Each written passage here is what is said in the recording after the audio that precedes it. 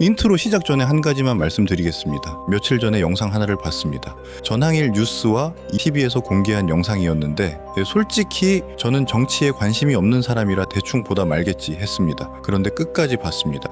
보고 나서 밥이 안 넘어가더군요. 내가 지금까지 아무 생각 없이 투표하고 아무 의심 없이 결과를 받아들이고 있었는데 이게 진짜 맞는 건가? 이 생각이 며칠째 안 떠나는 겁니다. 여러분도 혹시 그런 적 없으십니까? 뭔가 이상한데 나만 이상하다고 느끼는 건가 싶어서 그냥 넘어간 적. 저는 그랬습니다. 근데 이번에는 그냥 넘어갈 수가 없었습니다. 그래서 경제학 하는 사람답게 감정을 빼고 숫자만 봤습니다. 그랬더니 소름이 끼쳤습니다. 제가 본 그 영상은 댓글 상단에 링크 걸어 놓겠습니다. 꼭 보십시오. 네, 여러분한테 하나만 물어보겠습니다. 투표권 한 표 얼마라고 생각하십니까? 갑자기 경제학 채널에서 무슨 투표 이야기냐 싶으실 수 있습니다. 잠깐만 들어보십시오. 이게 왜 경제 이야기인지 지금 바로 보여드리겠습니다. 빼앗긴 당신의 투표권을 되찾는 가격. 중요하지만 가장까지는 아닙니다. 투표권만큼 중요한 건 없다고 생각을 해요. 이걸 누군가 빼앗았다면 그 사람을 벌하기 위해서라도 많은 금액의 비용은 사회적으로 좀 발생이 돼야 되는 것 같아요. 이어갑니다.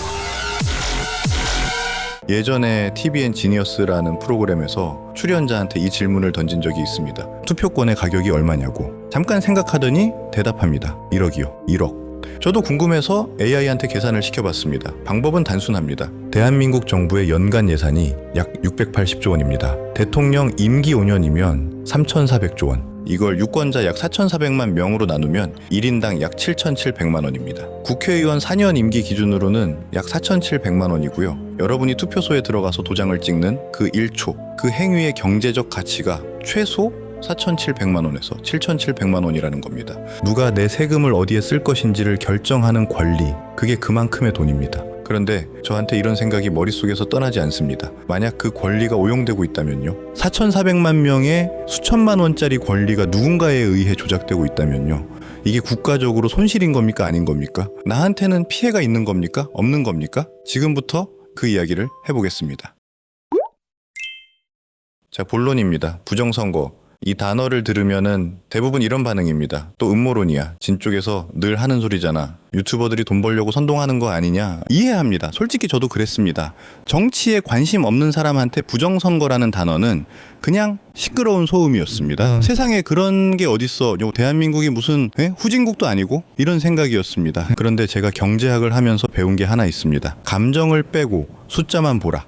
주장이 아무리 거창해도 숫자가 안 되면은 의미 없고 주장이 아무리 허무맹랑해 보여도 숫자가 되면은 무시할 수 없다. 그래서 감정을 완전히 빼고 숫자만 들여다봤습니다. 그랬더니 소름이 끼쳤습니다. 구체적으로 어떤 선거 이야기인지부터 정리하겠습니다. 3번의 선거입니다. 첫 번째, 2020년 4월 15일 제21대 국회의원 총선거. 코로나19 팬데믹 한가운데서 치러진 선거였습니다. 결과는 더불어민주당과 위성정당인 더불어시민당을 합쳐 180석, 전체 의석 300석 중 60%를 쓸어간 압도적 승리였습니다. 미래통합당은 103석에 그쳤습니다. 두 번째, 2024년 4월 10일 제22대 국회의원 총선거. 여기서도 민주당이 압승했습니다. 비례위성정당까지 합치면 과반을 훌쩍 넘겼습니다. 세 번째, 2025년 6월 3일 제21대 대통령 선거. 이재명 후보가 1,728만 7,513표를 얻었습니다. 득표율 3.42% 역대 최다 득표 기록입니다. 이 3번의 선거에서 공통적으로 나타나는 현상이 있습니다. 사전투표와 당일투표의 결과가 극단적으로 다르다는 겁니다. 여기서 잠깐 사전투표가 뭔지부터 정리하겠습니다. 사전투표는 선거일 이틀 전 금요일과 토요일에 전국 어디서나 미리 투표할 수 있는 제도입니다. 편의성을 높이기 위해 도입됐습니다. 목적 자체는 좋습니다. 문제는 결과입니다. 2020년 11대 총선을 보겠습니다. 같은 지역구에서 사전투표 결과와 당일투표 결과가 완전히 다릅니다. 사전투표에서는 민주당 후보가 이제 압도적으로 이기는데 같은 지역구의 당일 투표에서는 오히려 미래통합당 후보가 이기거나 격차가 극적으로 줄어드는 곳이 전국적으로 속출합니다. 같은 지역구입니다. 같은 유권자 풀입니다. 사전 투표를 하든 당일 투표를 하든 그 동네에 사는 사람들의 정치적 성향이 이틀 만에 완전히 바뀔 리는 없잖아요. 물론 반론이 있습니다. 공정하게 가야 하니까 반론부터 짓겠습니다. 사전 투표를 이용하는 사람과 당일 투표를 하는 사람의 정치적 성향이 다를 수 있다는 겁니다. 젊은 층이 사전 투표를 더 많이 하고 젊은 층이 진보 성향이 강하니까 사전투표에서 민주당이 더 많이 나오는 건 당연하다는 논리입니다. 이 반론은 논리적으로 타당합니다. 무시할 수 없어요. 실제로 한국조사연구학회의 분석에서도 사전투표자의 성향 편향이 존재한다는 점이 확인됐습니다. 그런데 문제는 차이의 크기입니다. 여기서 지갑시라는 개념이 등장합니다. 지갑을 이해하셔야 앞으로의 이야기가 전부 들어옵니다. 최대한 쉽게 설명하겠습니다. 동전을 던진다고 생각해 보십시오. 앞면이 나올 확률 50%, 뒷면이 나올 확률 50%. 이 동전을 100번 던지면 앞면이 정확히 50번 나올까요? 아닙니다. 48번 나올 수도 있고 53번 나올 수도 있습니다. 이건 정상적인 오차입니다. 아무도 이상하게 생각하지 않습니다. 그런데 100번 던져서 앞면이 90번 나왔다면요? 이건 정상이 아닙니다. 동전이 찌그러져 있거나 누군가 속임수를 쓰고 있는 겁니다. 지갑은 이 이상한 정도를 숫자로 표현한 것입니다. 지갑 0은 기대값과 정확히 같다는 뜻. 지갑 1은 살짝 벗어났지만 흔히 있을 수 있는 수준. 지갑 2는 100번 중 약 5번 일어날 정도. 여기까지가 통계학에서 일반적인 오차 범위로 인정하는 구간입니다. 지갑 3이 되면 1000번 중에 3번. 이미 꽤 드문 일입니다. 학술 연구에서 통계적으로 유의미하다고 판단하는 기준이 보통 지갑 2에서 3 사이입니다. 지갑 5면 350만 번 중에 1번입니다. 과학계에서 새로운 입자를 발견했다고 공식 선언하는 기준이 지갑 5입니다. 2012년에 힉스 입자를 발견했다고 전 세계가 떠들썩했을 때 그 근거가 지갑 5를 넘긴 것이었습니다. 과학자들이 우주의 비밀을 풀었다고 확신할 수 있는 수준의 확실성이 지갑 5입니다. 지갑 6이면은 번 중에 1번, 지갑 7이면 1조 번 중에 몇 번, 인류의 역사 전체에서 단 한 번도 일어나지 않을 확률입니다. 그런데 지갑 40이라는 수치가 나왔습니다. 지갑 40. 이건 숫자로 표현하는 것 자체가 무의미한 수준입니다. 10의 784승분의 1이라는 확률인데 관측 가능한 우주에 존재하는 모든 원자의 개수가 10의 80승 정도입니다. 10의 784승은 그 우주를 통째로 복사해서 수백 번 곱해야 나오는 숫자입니다. 비유를 하겠습니다. 로또 1등 당첨 확률이 14만 분의 1. 로또 1등에 2번 연속 당첨되면 66조 분의 1. 지갑 40 자연적으로 발생할 확률은 로또 1등에 연속으로 수백 번 당첨되는 것보다 낮습니다. 수백 번 연속이요. 이 수치가 어디서 나왔느냐? 2020년 21대 총선의 전국 253개 지역구에서 사전투표와 당일 투표의 득표율 차이를 통계 분석한 결과입니다. 사전투표에서 민주당 후보에게 쏠리는 패턴의 일관성이 자연적 편차로는 절대 설명할 수 없는 수준이었다는 겁니다. 여기에 하나 더 있습니다. 미시간 대학교의 월터 미베인 교수, 선거 포렌식 분야의 세계적인 권위자입니다. 이 교수가 한국의 21대 총선 데이터를 자신의 분석 모델에 넣었더니 사기를 의미하는 프로드라는 단어가 포함된 이상 신호가 감지됐습니다. 자, 여기서 공정하게 짚겠습니다. 미베인 교수 본인이 직접 밝힌 부분이 있습니다. 자신의 모델에서 나온 사기라는 용어가 현실 세계에서의 범죄적 조작을 확증하는 것은 아니라고 선을 그었습니다. 통계적 이상치가 나타난 이유로 전략적 투표 행위, 즉 특정 진영 지지자들이 사전투표에 집중적으로 참여하는 현상을 가능한 원인 중 하나로 지목했습니다. 그리고 오류 가능성도 인정했습니다. YTN 팩트와이 보도에서 확인된 내용입니다. 이건 정직하게 말씀드려야 합니다. 미베인 교수의 분석은 부정선거를 확정하는 증거가 아닙니다. 하지만 동시에 부정선거가 없다는 증거도 아닙니다. 이상 신호가 감지됐으니 검증해봐야 한다는 뜻입니다. 그런데 이게 21대 총선에서만 나온 게 아니라는 게 문제입니다. 2024년 22대 총선에서도 같은 패턴이 나왔습니다. 사전투표에서 민주당 압승, 당일 투표에서 격차 축소 또는 역전, 같은 방향으로 같은 구조가 반복됐습니다. 22대 총선에서는 추가적인 이상 현상도 있었습니다. 한국조사연구학회의 분석에 따르면 출구조사에서 민주당의 의석수가 실제보다 16석이나 과대 추정됐습니다. 출구조사라는 건 투표소에서 나오는 사람한테 직접 물어보는 겁니다. 이론적으로 가장 정확한 조사 방법이에요. 16석 오차가 왜 문제냐? 출구조사의 오차가 이 정도면은 두 가지 가능성밖에 없습니다. 하나는 조사 모델 자체에 심각한 결함이 있거나 다른 하나는 실제 개표 결과에 뭔가 개입이 있었거나. 한국조사연구학회는 이걸 사전투표자의 성향을 당일 투표 데이터로 보정하는 과정에서 발생한 기술적 한계로 분석했습니다. 사전투표율이 30%를 넘는 상황에서 사전투표자에 대한 직접 출구조사가 법적으로 금지되어 있기 때문에 보정 모델이 편향될 수밖에 없다는 겁니다. 이 설명도 논리적으로 가능합니다. 하지만 뒤집어 보면 이런 뜻이기도 합니다. 사전투표 결과를 독립적으로 검증할 방법이 현재 시스템에 존재하지 않는다는 뜻입니다. 그리고 2020 본연 대선 이재명 후보가 1728만 7513표를 얻어 역대 최다 득표로 당선됩니다. 이 선거에서 사전투표와 당일투표의 패턴 차이에 대한 의혹이 제기되고 있습니다. 아니 3번입니다. 3번 연속 같은 패턴. 2020년, 2024년, 2025년. 한 번이면 우연이라고 할 수 있습니다. 2번이면 의심할 수 있습니다. 3번이면 대체 뭡니까? 솔직히 화가 납니다. 왜 화가 나냐면요. 이 의혹을 해소하는 방법이 너무나 간단하기 때문입니다. 원본 데이터를 열어보면 됩니다. 선관위 서버에 있는 투표 데이터를 공개하고 독립적인 전문가 집단이 검증하면 됩니다. 사전 투표와 당일 투표의 차이가 자연적 성향 차이인지 인위적 개입인지 데이터가 말해줄 겁니다. 그런데 안 합니다. 안 해요. 2023년에 감사원이 선관위를 점검했습니다. 국정원 보안 점검도 있었습니다. 결과가 뭐였냐? 보안 관리가 부실하다는 지적이 나왔습니다. 서버 접근 권한 관리가 허술하고 외부 해킹에 대한 방어 체계가 미흡하다는 겁니다. 아니 잠깐 감사에서 문제가 발견됐으면 후속 수사를 해야 하는 거 아닙니까? 기업으로 치면은 외부 감사에서 회계 부정 의혹이 발견된 겁니다. 정상적인 세상이라면 검찰이 수사에 착수하고 법원이 장부 열람을 허가해야 합니다. 그런데 검찰이 수사를 안 했습니다. 법원은 선관위 서버 열람을 허가하지 않았습니다. 이게 말이 됩니까?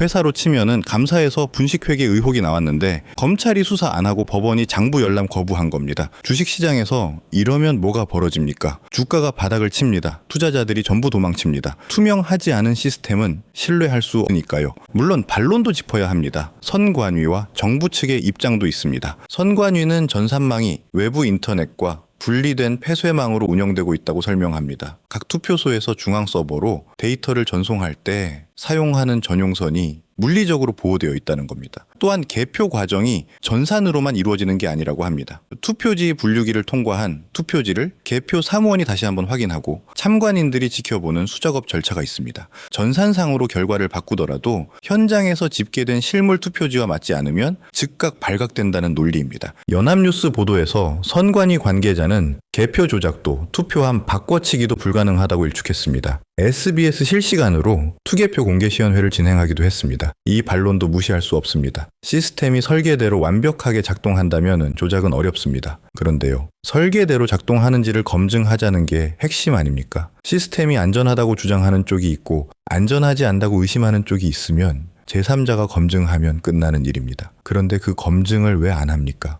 국정원 보안 점검에서 해킹 취약점이 나왔다는 건 시스템이 완벽하지 않다는 기술적 경고입니다. 맞습니다. 취약점이 있다는 것과 실제로 조작이 일어났다는 건 다른 문제입니다. 하지만 취약점이 발견됐으면 그 취약점을 통해 실제 침입이 있었는지 없었는지를 확인해야 하는 것 아닙니까? 집 현관문 잠금 장치에 결함이 있다고 보안업체가 알려줬습니다. 그래서 도둑이 들었느냐고 물었더니 확인은 안 해봤지만 안 들었을 겁니다. 우릴 믿으세요. 이게 말이 됩니까? 여기서 사전투표의 물리적 과정을 좀 더 들여다보겠습니다. 이 부분이 정말 중요합니다. 사전투표가 끝나면은 투표함은 관할 선관위로 이동합니다. 이 이동 과정 그리고 선거일까지의 보관 과정에 대한 의혹이 있습니다. 유튜버들은 불투명한 사전투표함, 받침대 내부에 위조 투표지가 담긴 함을 미리 숨겨놓고 참관인이 없는 틈에 교체한다는 시나리오를 제시합니다. 투표함, 봉기인지가 드라이기 등으로 흔적 없이 탈부착이 가능하다는 실험 영상도 돌아다닙니다. 이 주장들에 대해서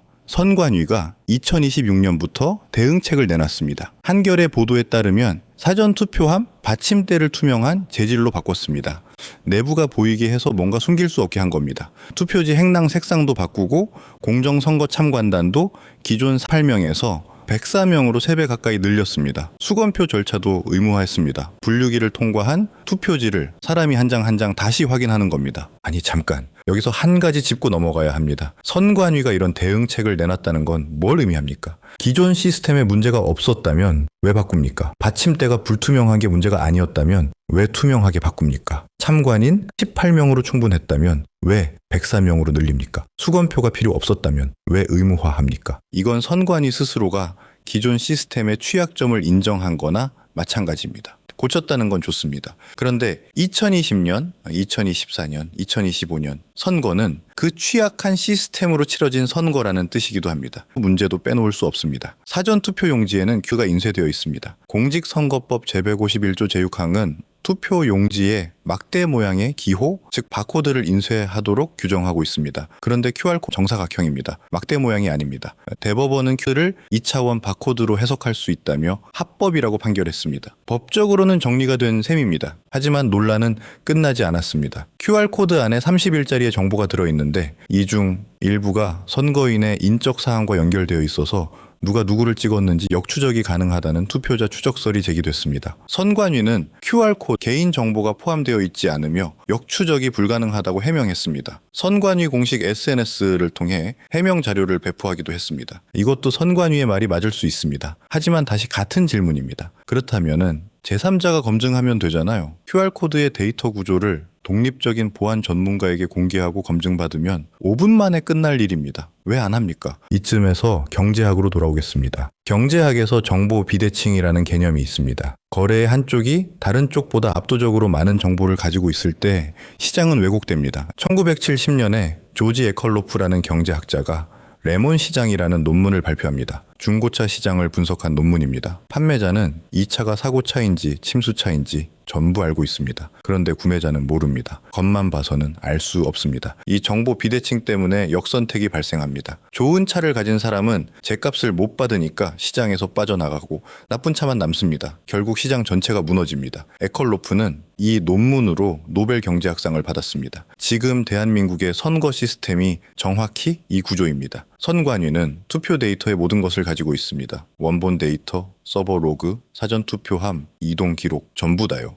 그런데 유권자인 우리는 지금 자기 표가 어떻게 처리됐는지 확인할 방법이 하나도 없습니다. 경제학에서 이 문제를 해결하는 방법은 명확합니다. 투명성입니다. 공시입니다. 감사입니다. 주식시장에서 상장 기업이 분기마다 재무제표를 공개하는 이유가 뭡니까? 투자자가 속지 않게 하려는 겁니다. 공시 의무를 어기면은 상장 폐지까지 갑니다. 금융감독원이 불시에 특별 감사를 나갑니다. 왜요? 돈이 걸려 있으니까요. 그런데 여러분의 수천만 원짜리 투표권을 관리하는 선관위는 어떻습니까? 감사에서 문제가 나왔는데도 후속 조치가 없습니다. 서버를 열어달라고 하면은 필요 없다고 합니다. 기업이 이러면은 상장 폐지감입니다. 국가의 선거 시스템이 기업보다 투명성이 낮습니다. 여기서 도덕적 해이도 짚어야 합니다. 경제학에서 도덕적 해이란 감시가 없으면 행위자가 자기 이익을 위해 행동할 유인이 커진다는 개념입니다. 보험에 가입한 사람이 사고 예방에 덜 신경 쓰는 것과 같은 원리입니다. 사전투표함의 이동 과정에 실시간 GPS 추적이 없습니다. 보관 장소에 24시간 양당 참관인 상주가 모든 곳에서 보장되지 않습니다. CCTV 영상의 실시간 공개도 2026년부터 확대한다고 하지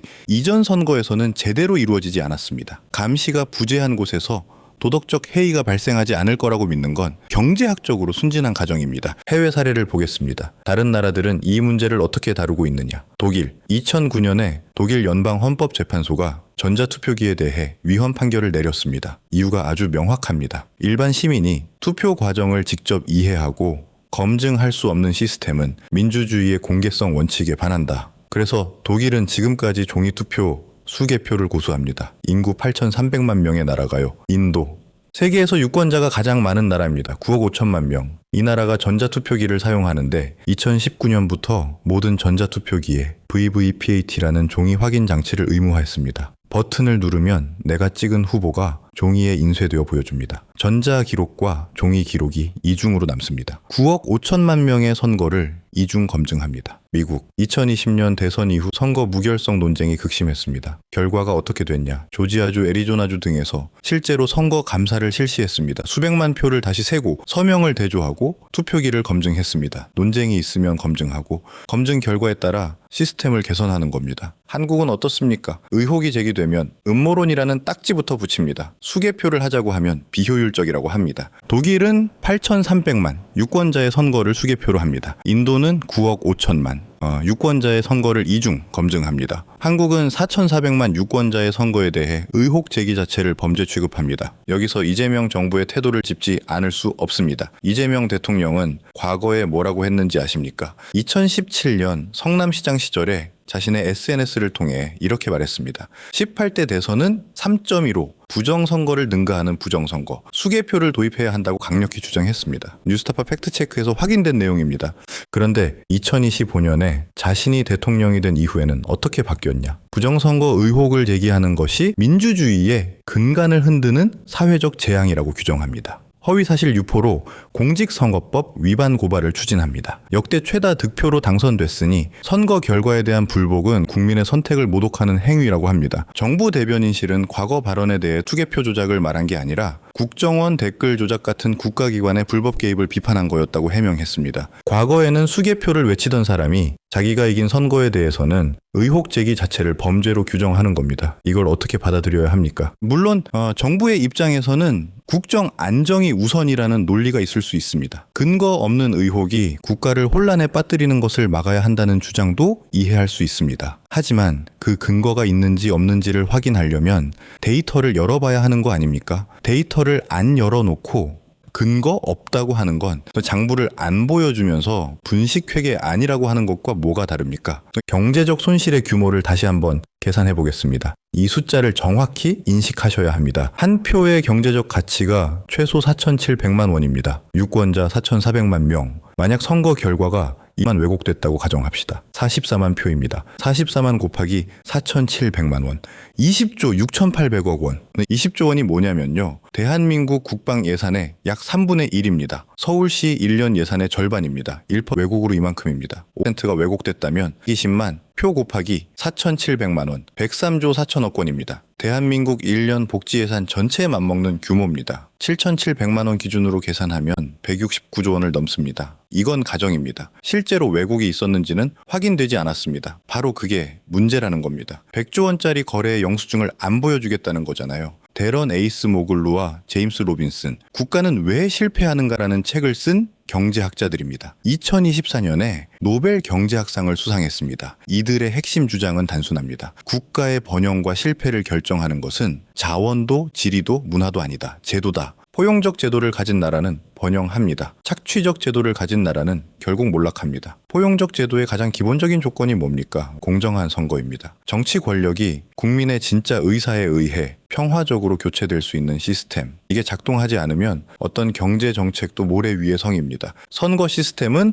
국가 제도의 기초 공사입니다. 기초에 균열이 가고 있는데 아무도 점검을 안 하는 겁니다. 점검하자고 하면은 오히려 점검 요구하는 사람을 음모론자로 몰았습니다. 외국인 투자자의 관점에서도 보겠습니다. 한 나라의 대규모 장기 투자를 할 때 가장 먼저 보는 것 중 하나가 그 거버넌스입니다. 정치적 안정성, 법치의 수준, 선거가 공정한가. 선거 시스템의 신뢰도가 떨어지면 국가 리스크가 올라갑니다. 국가 리스크가 올라가면 투자가 줄어듭니다. 투자가 줄면 일자리가 줄어듭니다. 일자리가 줄면 소득이 줄어듭니다. 2024년 12월 비상계엄 직후에 원달러 환율이 1,400 돌파하고 코스피가 급락한 거 보셨을 겁니다. 정치적 불안정이 경제를 흔드는 데는 하룻밤이면 충분합니다. 선거에 대한 불신이 지속되면 이건 만성적인 코리아 디스카운트의 원인이 됩니다. 자, 정리하겠습니다. 하나, 2020년 21대 총선, 2024년 22대 총선, 2025년 21대 대선 세 번의 선거에서 사전투표와 당일투표 간의 통계적으로 설명이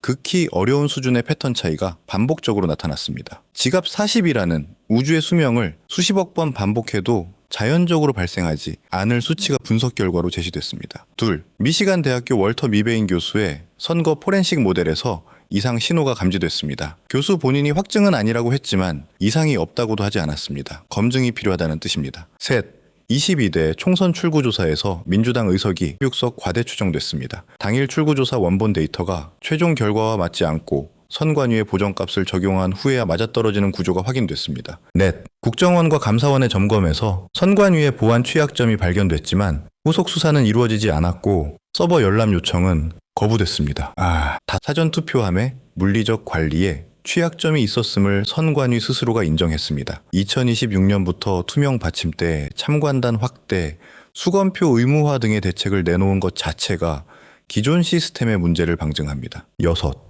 이재명 대통령은 과거에 부정선거를 주장하고 수개표를 요구했지만 자신이 당선된 이후에는 의혹 제기 자체를 범죄로 규정하는 태도를 취하고 있습니다. 그러면은 우리가 할 수 있는 건 뭡니까? 첫째, 알려야 합니다. 이 문제가 존재한다는 사실 자체를 더 많은 사람들이 알아야 합니다. 지금 대한민국에서 벌어지고 있는 일의 본질은 정치적 진영 싸움이 아닙니다. 4,400만 유권자의 수백조 원짜리 경제적 권리가 검증 없이 운영되고 있다는 시스템의 문제입니다. 경제학에서 외부 효과라는 개념이 있습니다. 한 사람의 행동이 다른 사람에게 영향을 미치는 현상입니다. 여러분이 이 정보를 한 사람한테만 알려도 그 사람이 또 한 사람한테 알리면 네트워크 효과가 작동합니다. 정보의 확산 자체가 투명성을 요구하는 사회적 압력이 됩니다. 기업이 분식 회계를 하다가 걸리는 이유가 뭡니까? 내부 고발자가 나오거나 외부에서 문제를 제기하는 사람이 많아지기 때문입니다. 문제 제기가 한두 명이면 음모론으로 묻을 수 있습니다. 하지만 수십만, 수백만 명이 같은 질문을 하면 묻을 수 없습니다. 둘째, 의심해야 합니다. 그리고 직접 진실을 찾아야 합니다.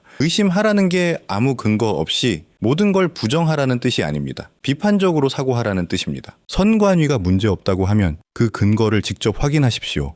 유튜버가 조작됐다고 하면은 그 근거도 직접 확인하십시오. 정규 분포가 뭔지, 지값이 뭔지, 표본 오차가 뭔지, 이건 대학 수준의 어려운 수학이 아닙니다. 고등학교 확률과 통계 교과서에 나오는 내용입니다. 찬성 측이든 반대 측이든 남이 내린 결론을 그대로 수용하는 순간 여러분의 합리적 판단력은 사라집니다. 그리고 그 판단력이 사라지는 순간 여러분의 수천만 원짜리 권리는 누군가의 손에 넘어갑니다. 대법원은 지금까지 제기된 수백 건의 선거 무효 소송을 기각했습니다. 2026년 1월 인천 동구미추 홀구을 선거 무효 소송도 기각됐습니다. 전산 조작이나 투표지 교체의 증거가 없다는 이유입니다. 법원 판결을 존중해야 합니다. 하지만 증거가 없다는 것과 의혹이 근거 없다는 것은 다릅니다. 증거를 찾기 위한 수사 자체가 이루어지지 않았다면은 증거가 없는 거는 당연한 겁니다. 장부를 안 펴봤는데 분식회계의 증거가 없다고 말하는 거랑 같습니다. 다시 처음으로 돌아가겠습니다. 투표권 한 표 최소 4,700만 원, 누군가는 7,700만 원이라 하고 누군가는 1억이라 합니다. 이건 누군가한테 공짜로 넘겨줄 수 있는 돈이 아닙니다. 이 돈은 여러분만의 것이 아닙니다. 여러분의 자녀가, 부모님이, 친구가, 이웃이 똑같이 가지고 있는 권리입니다. 지금 이 순간에도 태어나고 있는 아이들이 앞으로 행사하게 될 권리입니다. 저는 이 채널을 정치 채널로 바꿀 생각이 없습니다. 다음 영상은 원래대로 경제학 이야기를 할 겁니다. 하지만 오늘만큼은 이 이야기를 안 하면 안 됐습니다. 이 영상을 올리면은 구독자가 빠져나갈 수도 있다는 것도 압니다. 정치적이라는 비판을 받을 수도 있다는 것도 압니다. 그런데요, 수천만 원짜리 권리가 검증도 없이 운영되고 있는 걸 보면서 입 다물고 있는 건 경제학을 하는 사람으로서 제가 할 짓이 아닙니다. 4,400만 유권자의 수백조 원짜리 시스템, 이 시스템이 정말로 공정하다면 서버를 열고 데이터를 공개하면 됩니다. 독립적인 전문가 집단이 검증하면 됩니다. 그러면 모든 의혹이 한 방에 사라집니다. 그런데 안 합니다. 왜 안 합니까? 여러분의 한 표는 공짜가 아닙니다. 그리고 그 한 표가 정확하게 집계되었는지를 확인할 권리는 여러분에게 있습니다. 아무도 대신 해주지 않습니다. 직접 알리십시오. 직접 의심하십시오. 직접 확인하십시오. 추가로 부정선거에 대해서 자세하게 알고 싶으신 분들은 댓글에 영상 링크 걸어 놓겠습니다. 꼭 보세요.